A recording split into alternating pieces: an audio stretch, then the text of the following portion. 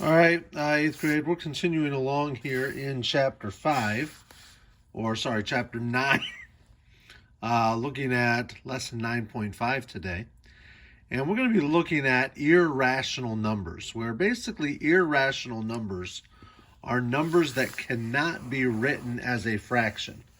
Kind of like A over B. They cannot be converted into a fraction.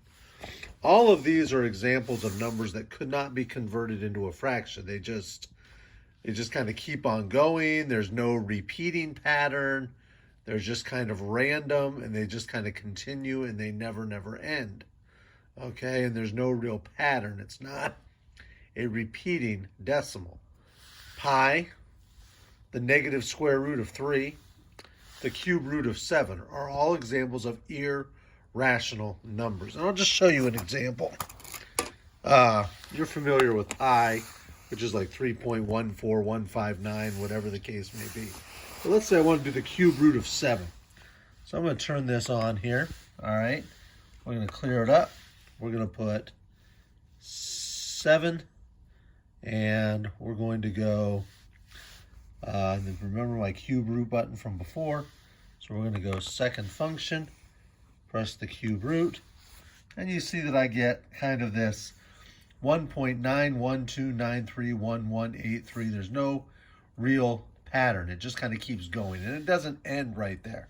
So that is what we consider an irrational number. Now, the other side of this real numbers thing, these are all real numbers, are rational numbers. And rational numbers can be written as fractions. For example, 1 over 3, 2 over 7. Okay, here would be an example of a decimal. A decimal can be converted as into a fraction.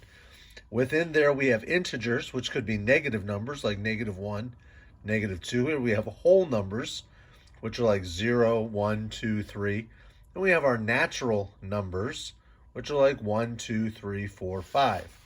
Okay, so we kind of think about that and kind of remember this chart here in this first part of what we're going to do. All right, so we'll come back to this chart if we need it here a little bit. We'll just kind of lead it up there, refer to that later if we need to. Now, the first part of your assignment today talks about classifying each real number. All right, and so when we classify numbers, we're going to classify them using these terms. Our options are going to be irrational, rational, integer, whole, and natural. And we're going to have to choose all that apply. So my first one is the square root of 15. All right, if I come here, I turn it on, I'm going to go 15. And I'm going to go to the square root of that. So there we go. And you see that I get 3.872983346. There's no pattern. It doesn't terminate. It just keeps going randomly, and it is not terminating, and it is not repeating. That means that the square root of 15 is an irrational number, okay? And if it's irrational, based on our board, it cannot be rational. If it's just irrational, that's the only one that it can be.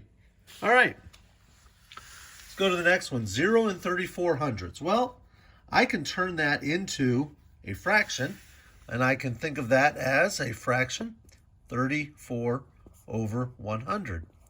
And since it can be written as a fraction, A over B, I then know that it can be a rational number.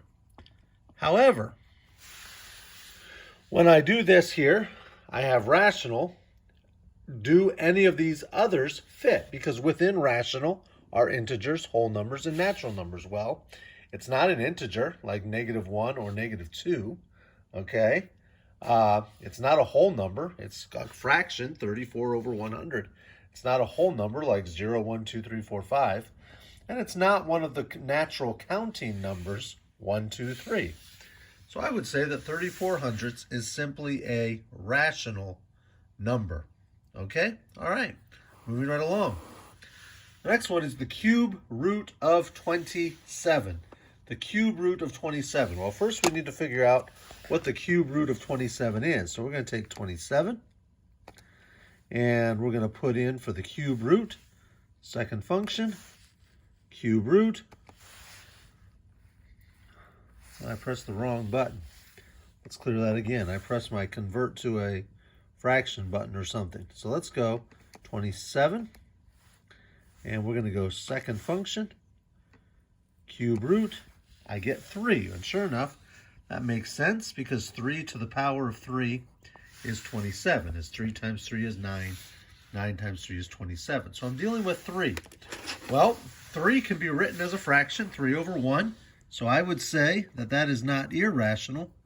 That is rational. All right. Now, would that be an integer? Okay. It's a positive number. Now, our examples here are -1 and -2. But our positive numbers, +1, +2, +3, are also considered integers. So it's a rational number and it's an integer. So I'm going to make sure I have integer here. Well, it's also a whole number. 3 is definitely a whole number. So from integer, and it's whole. And is it a natural number, like our natural counting numbers, like 1, 2, and 3? Well, the number is 3. So I would definitely also include whole and natural on this list. So I'm going to come over here, whole and natural. Okay, the negative square root of 25. The negative square root of 25. Now, I know that the square root of 25 is 5, because 5 times 5 is 25. It's a negative number, so I know that the negative square root of 25 is -5. All right, so that takes care of that. Now, what fits in here? Well, it's not an irrational number. It can be written as a fraction, -5 over 1. So we're going to say that this is a not irrational, which means that it is a rational because it can be written as a fraction. Now, it is most definitely an integer, like -5, okay? So we would definitely want to include integer on this list. And the next one is whole number. Is it a whole number? Well, a negative number would not be considered a whole number, and it would not be considered a natural number. Our whole numbers are like 0, 1, 2, 3, counting all the way up and so forth. Our natural numbers are essentially the whole thing, the same thing, but just starting 1, 2, 3. All right? So this would just be rational and integer.